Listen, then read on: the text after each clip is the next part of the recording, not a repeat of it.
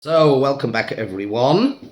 We're doing the third Yesod, which is the rejection of Hashem's corporeality, incorporeality, shlilas hagashmus mimenu, where we state unequivocally that Hashem not only has no form. Whoops, this is shaking. Let me try and get this straight. There we go. Not only that he has no form, but nothing, no physicality, and we'll see this in a little bit more detail.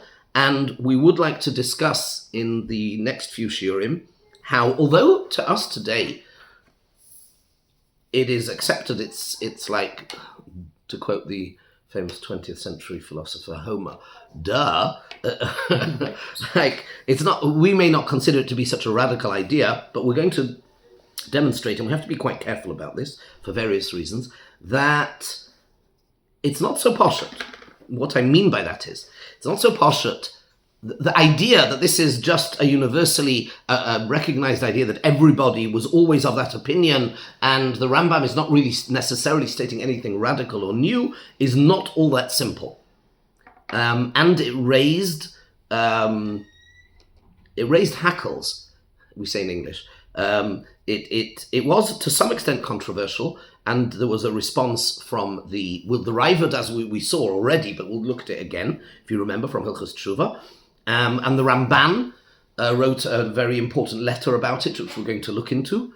And then you have the Rashba later, and we're going to discover, we're going to broaden the canvas here a little bit, okay? But, so that's kind of setting out the stall of where we're going. We were in the middle of the source 2, which is the Rambam in Yesodei HaTorah, where he lays out this idea.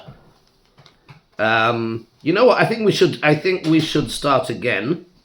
From the beginning. Yeah, from the beginning of source 2 at least. Okay. Harei mefurash b'Torah u'b'neviim she'ein hakadosh baruch hu guf u'gvia.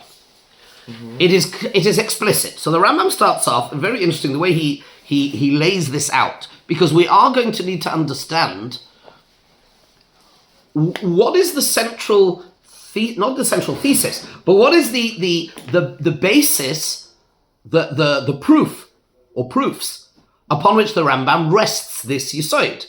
Is it higayon? Is it logic? Is it philosophy? Is it mikra? Is it mishnah? Where is it actually coming from? This is what we're going to have to see. Or perhaps is the shoe on the other foot? Okay, let's see. Okay?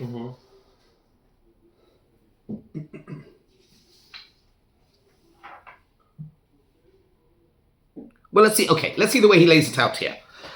Harei mefurash b'Torah. So interesting. He starts off by saying, behold, it is explicit. This is his perspective. It is explicit in the Torah b'Neviim, she'ein hakadosh baruch hu guf u'gvia.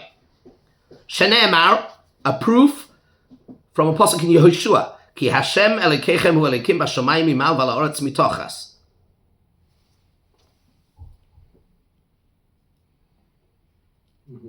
Pasuk in Yehoshua. I'm just thinking.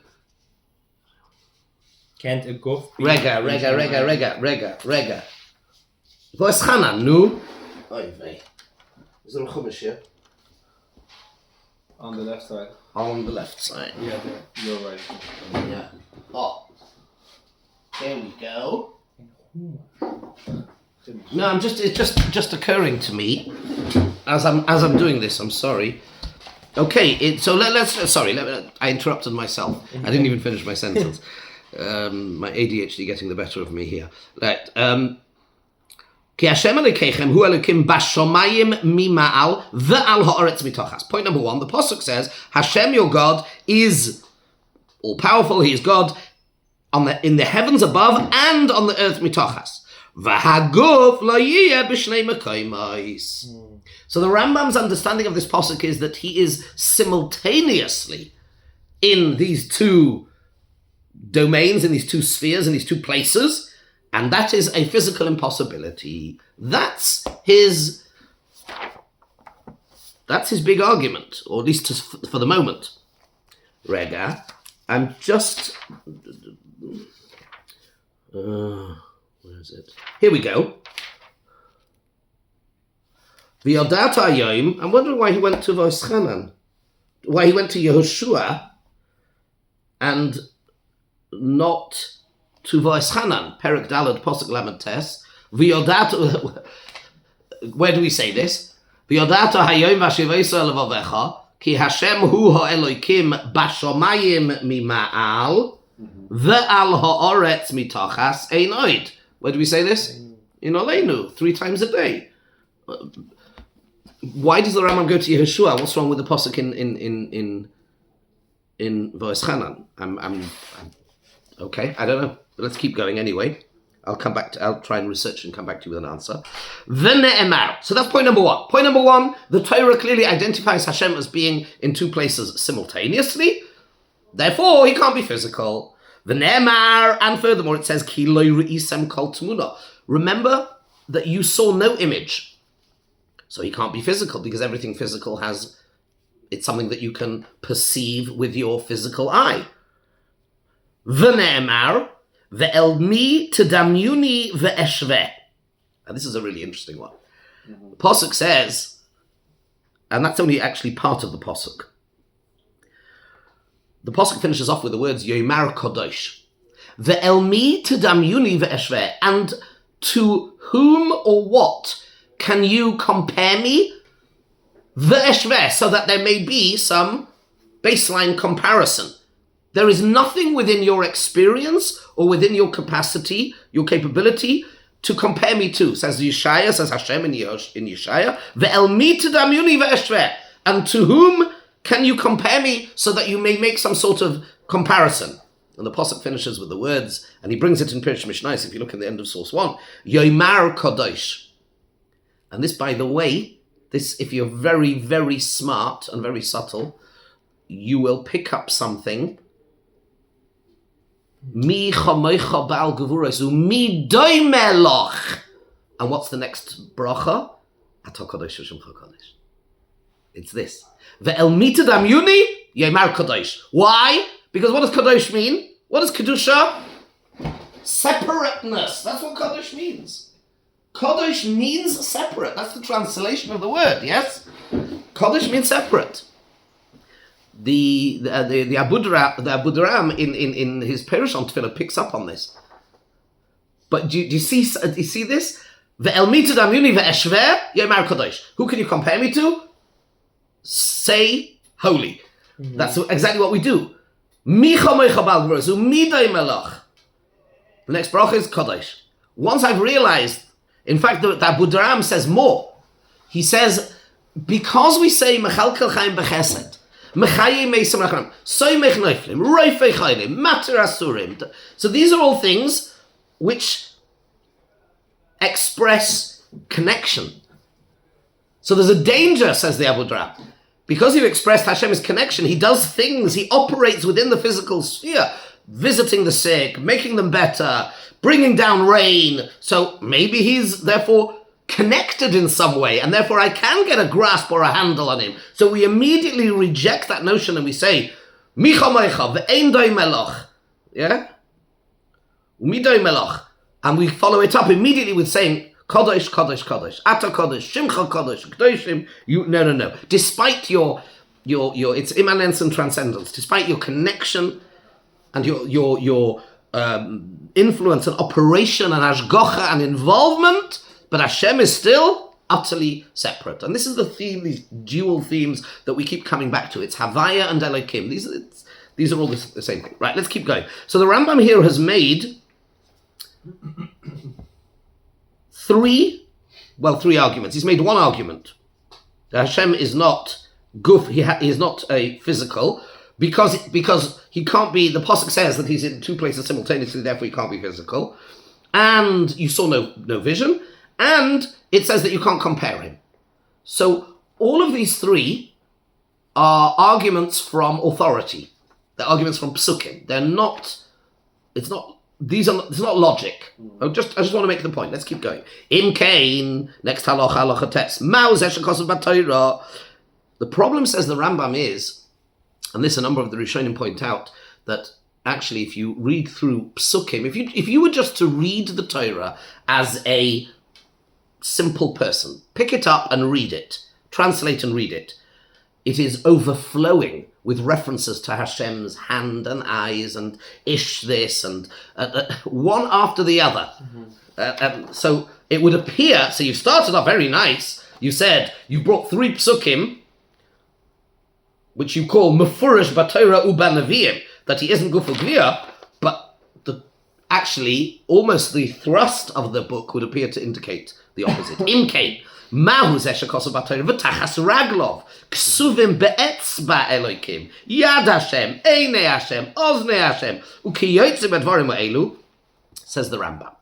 Let's be medayik this very carefully. Hakoil Lefidaton Shel B'nei Odom Hu.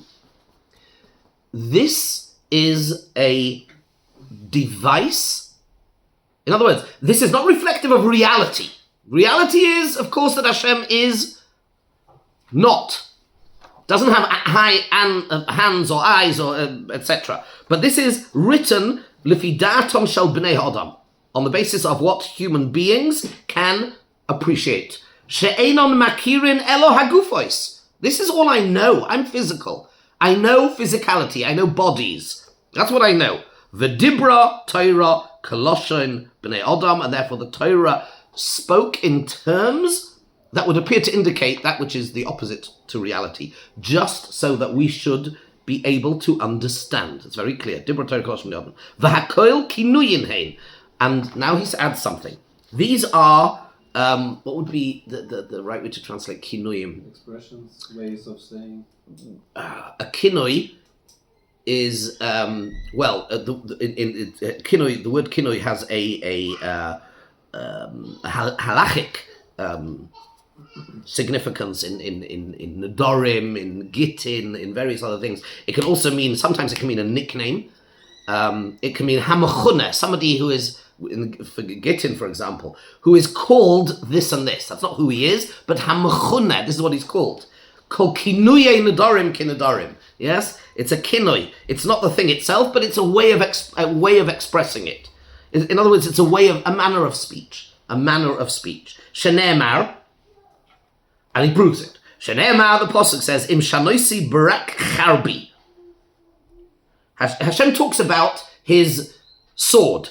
Have you seen Hashem's sword? In other words, does Hashem have a physical sword? Of course not.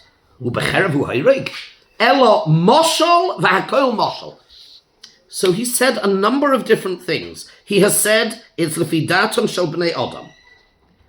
It's dibra Torah koloshim bnei Adam. It's a kinui. It's a moshel. Moshel is a figurative way of speaking. Parable. I don't like the word parable, but it's a figurative form of expression. Mm-hmm. Possibly even a metaphor. Possibly. Raya l'davar shenavi echadei meshra HaKadosh Baruch Hu levushei kislag chiveir. I'll bring you a proof, he says, because Daniel says that he perceived Hashem and he was dressed as in white snow. Ve'echad ra'ahu chamutz begadim mibasra, and Yeshaya sees Hashem, so to speak, with bloodied clothes coming from Basra.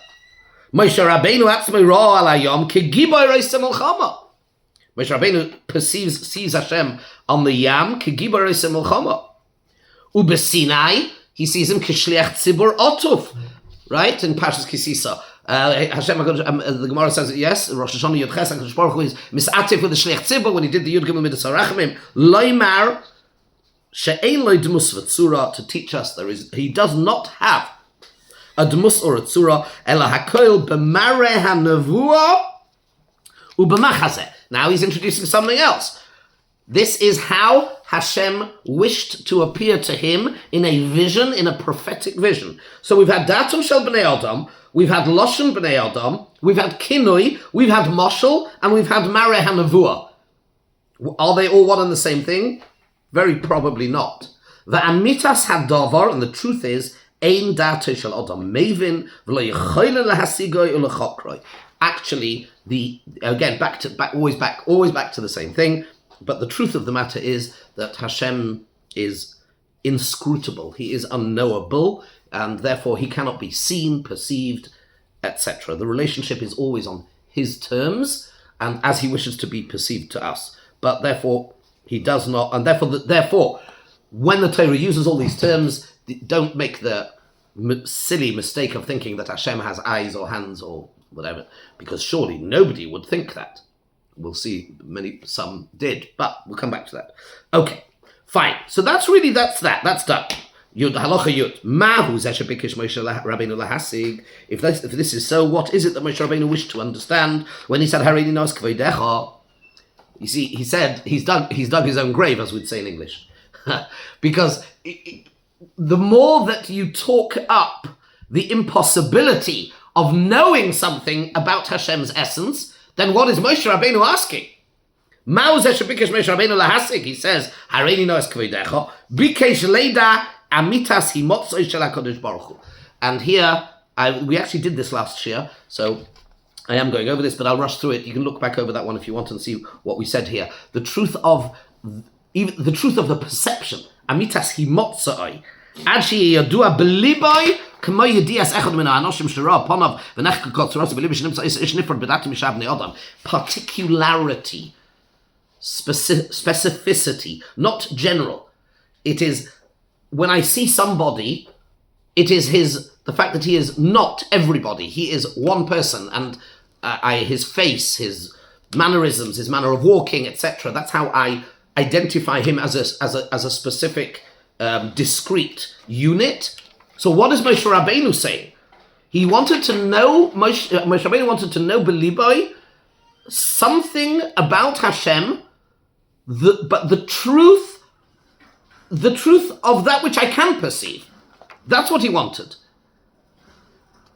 Kach bikesh Moshe Rabbeinu liyas metzias HaKadosh Baruch Hu nifredas beliboy mish'ar hanimtzoim ad sheyeda amitas himotzoi ka'asher hi. An incredible thing. We must not get this wrong. It's very easy to get this Rambam wrong. He wanted to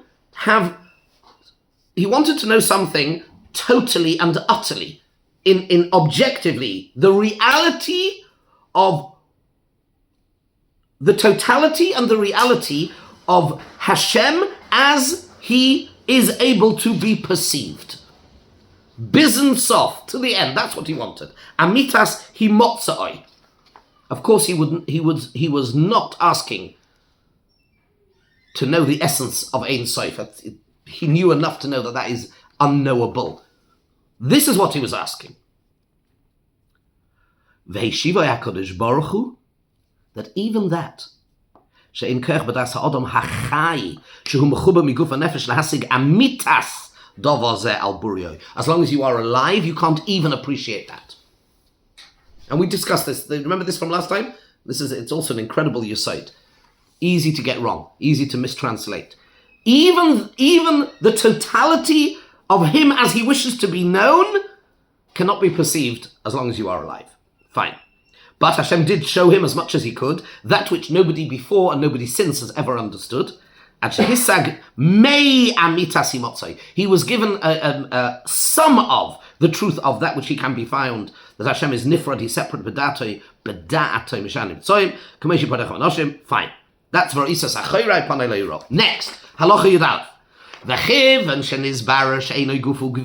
Now that we have established that Hashem is not physical, by the way, I haven't really spent time on what is guf and what is gevia. Let's leave it for the moment. I will comment on it tomorrow, Bli Neder. I want to put a source on this. Okay, so now that we've established that he is not physical, Yizbarer. Now it has become clear. Therefore, it is now clear. He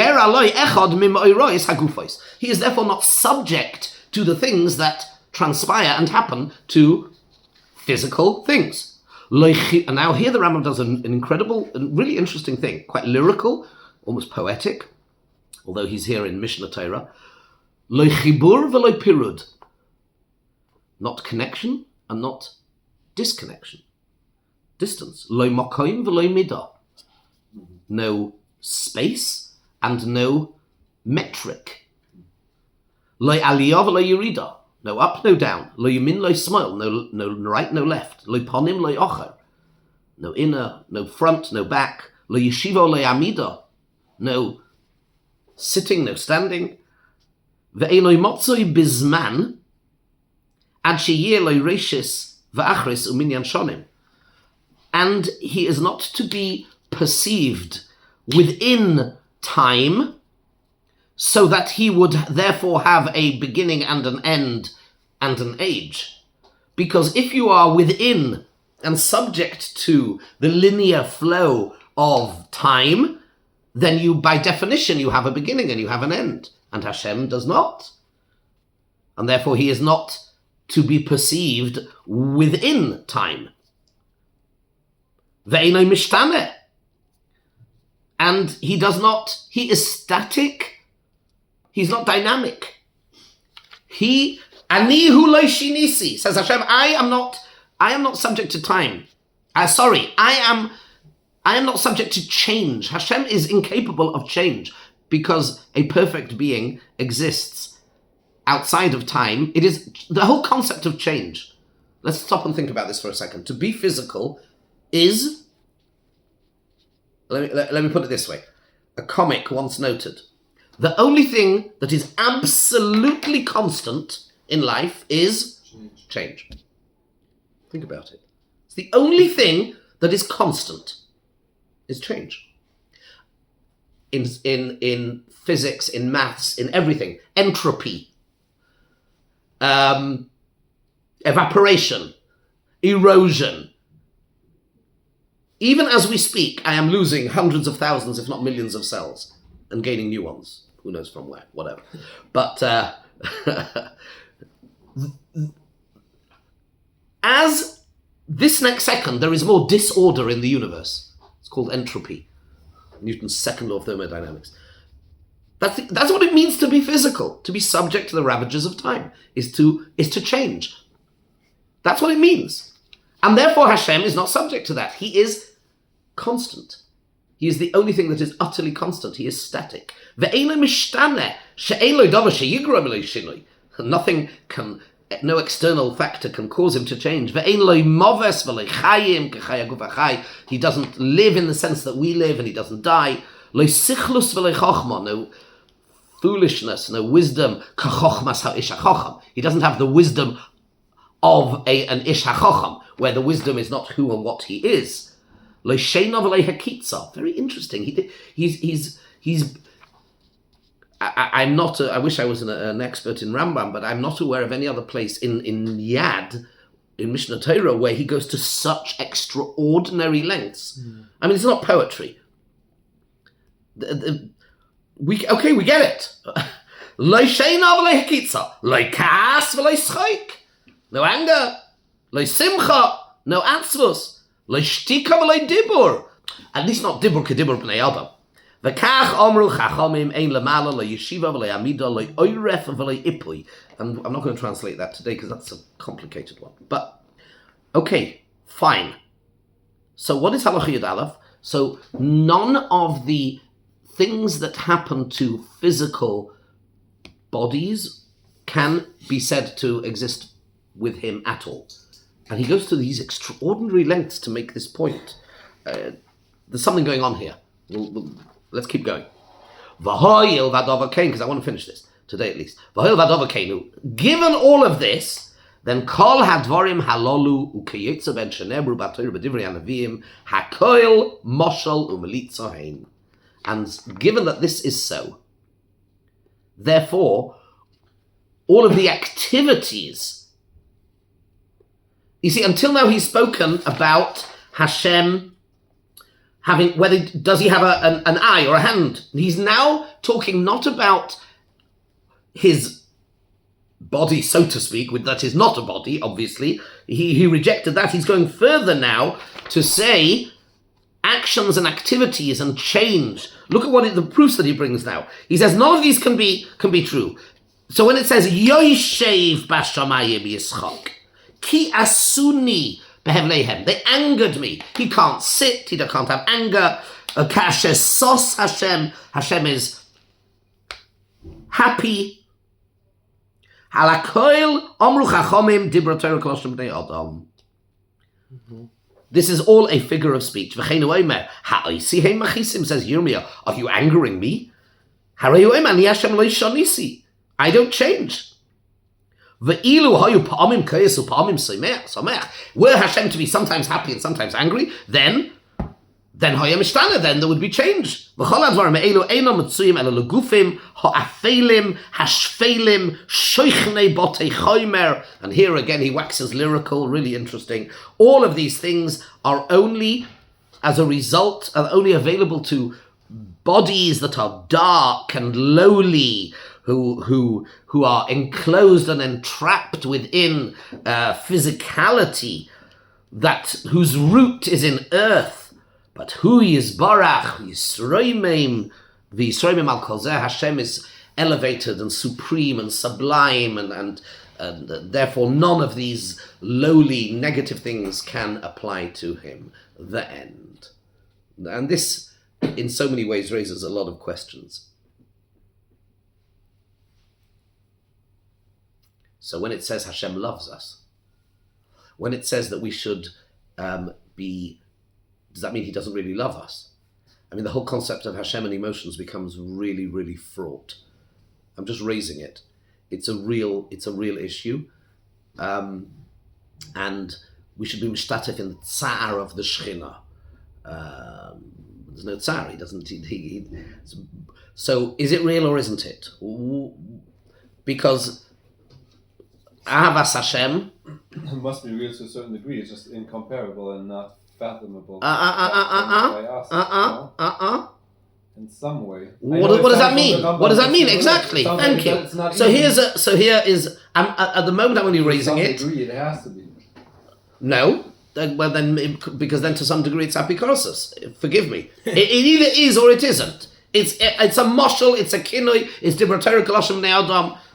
Well, it is something, but it's just not conceivable by it us. Is it's a not, way. Therefore, not comparable to our conception of love. Correct. So therefore, how am I meant to be an Oved Hashem and incorporate Ahava and Yira?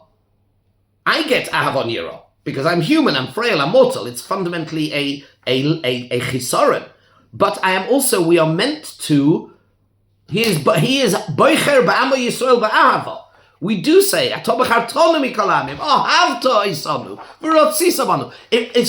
a moshel, it's all a kinoi, it's all. Well, then what does it actually mean? Then what does it mean? Something that exists. So this is something that exists. Otherwise, it's just empty words. Well, it's not. No, it's not. We need to. Okay, I actually regret bringing this up because today, I'm not going to give any answers to this. Maybe that wasn't smart. So maybe delete the last 3 minutes, but you'll deal with it. Okay, let's go on. You can see this in the way that these Rambam, there's so much going on here. What I would draw your attention to here, which I think is going to be important moving forward. Shalom Aleichem. Aleichem shalom. How was? Unbelievable. Oh, awesome. Yeah. Baruch Hashem. Nice to have you back. What I'm going to draw your attention to is the basis. This is really important. The basis and the thrust upon which the Rambam rests this premise, his incorporeality and the rejection of physicality, would appear to me to be at least the primary thrust of this, the way we see it here in Yad, is on the basis of authority, on the basis of psukim. It doesn't appear to be, I was certainly not primarily on the basis of logic. That's the point I want to make. And we'll just remember this point because it will, I think, become relevant as we go into other sources from the Rambam as well. Just checking that I'm just quickly reading through it again to make sure that I haven't messed this up. No, I think this is true. And look back at the Rambam Pirush HaMishnah.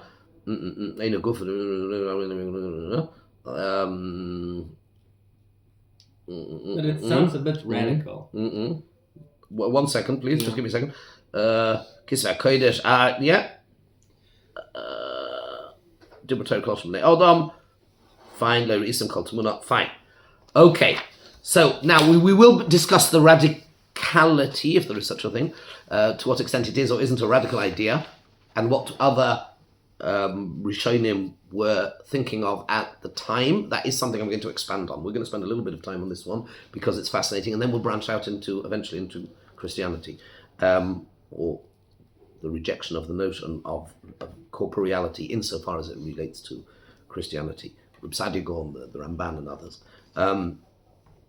But let's just remind ourselves for today of I've reintroduced the source 3, which is the Rambam we've seen a long time ago, so I'm just going to run through it because it's going to be the basis for our discussion moving forward.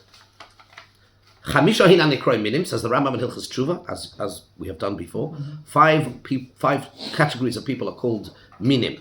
Ha'omer she'ein shom Eloya, somebody who says there is no God, or that the world is not there is no active involvement and intervention, and the world isn't run by Hashem.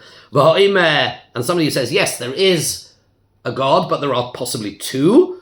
And somebody says, yes, there is only one. So in other words, you could agree that there is a God, one God, who is involved in actively runs the world, but he is at some level subject to physicality, corporeality. Guf ubal tmuna. If you believe in that, you are a min, and you have no chelik in olam haba. That's how the Rambam paskins. Says the Ravad, Hasogas Ravad in bold. Notice he does not argue on any of the others, but on this one, he picks a fight with the Rambam. Omar Avraham, Velomo Kora Lozemin. Interesting language. Why? Why Rambam? You can imagine him saying to the Rambam, why? Why are you doing this? Why are you calling this person a min? Isn't that fascinating? Only last night when I was looking at it again, and I was thinking, the language is important. If you have any familiarity, go through Mishnah Torah and look at the Rambam, at the Ravad, and when he can be very acerbic, very caustic, very sharp in his phrasing of his challenges to the Rambam. I haven't done a proper comparison, but he will sometimes say, oh, this is just wrong. He'll dismiss it peremptorily, or he'll just dismiss and say, he's not very polite in the classic sense. But here, it occurred to me, look at his language. My entire Ramban. Why did you go and call this Lama Korol Zemin?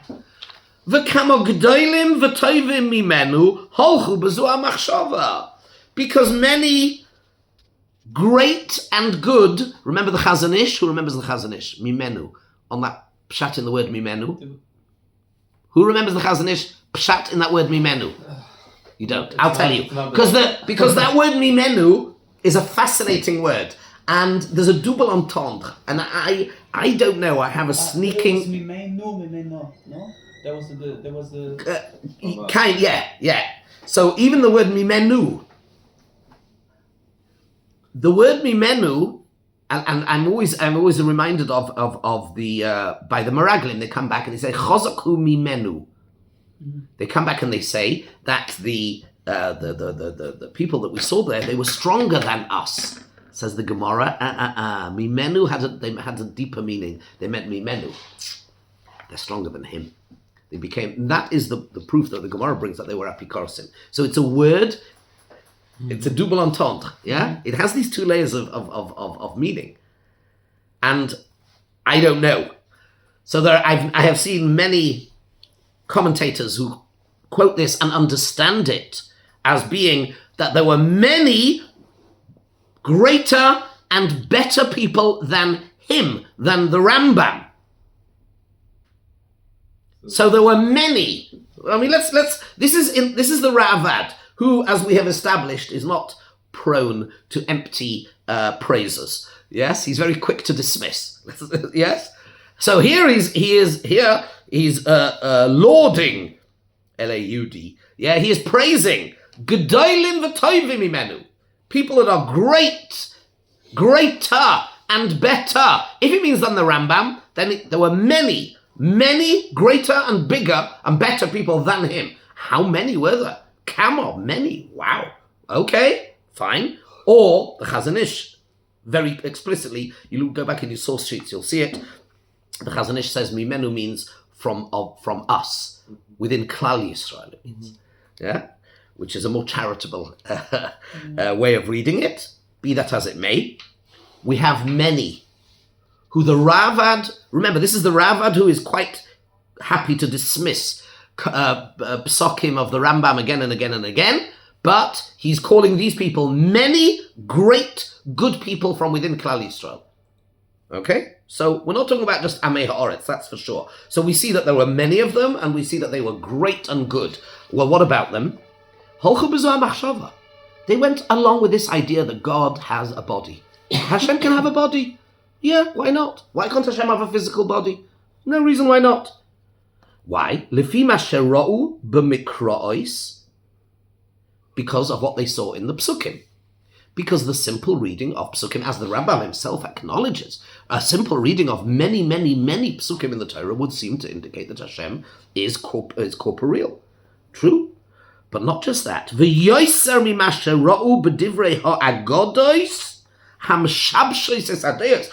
more than that, it wasn't just the Psukim that led them astray.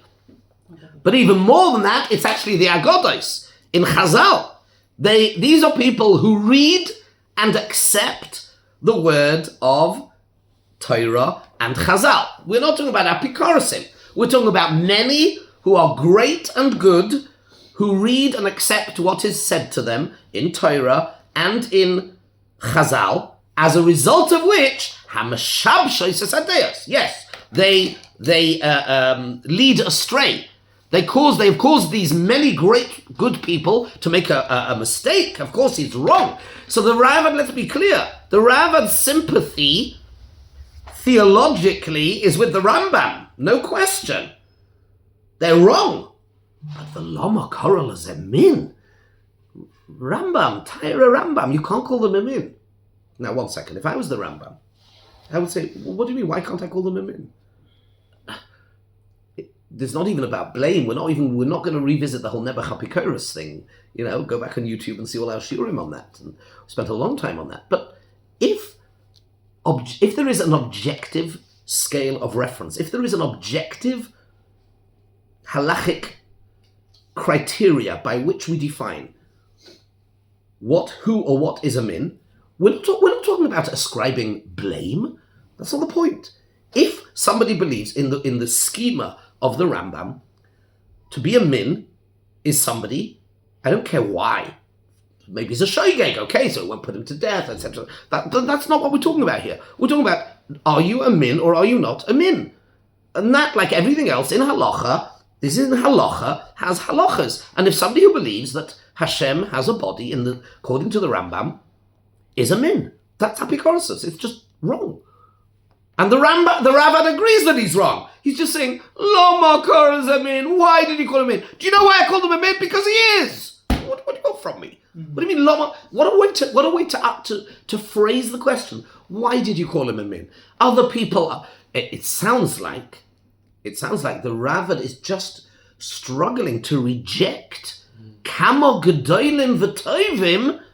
It sounds like he doesn't have or doesn't agree with this objective criteria that the Rambam has, and I'm struggling to understand the Ravad. We now become, for us it's like, either this is a desiderata, either this is a requirement that you need to subscribe to this, or not.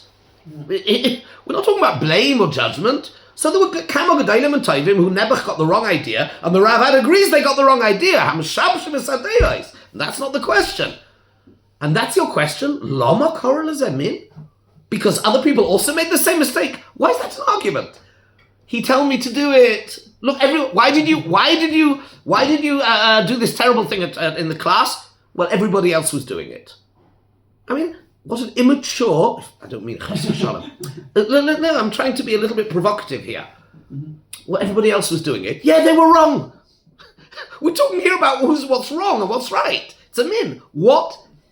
I want you to be uncomfortable. I think we need to be a little bit uncomfortable and struggle to understand what is going on here with the Rambam and the Raiva. That's all I want today. I'm only asking questions.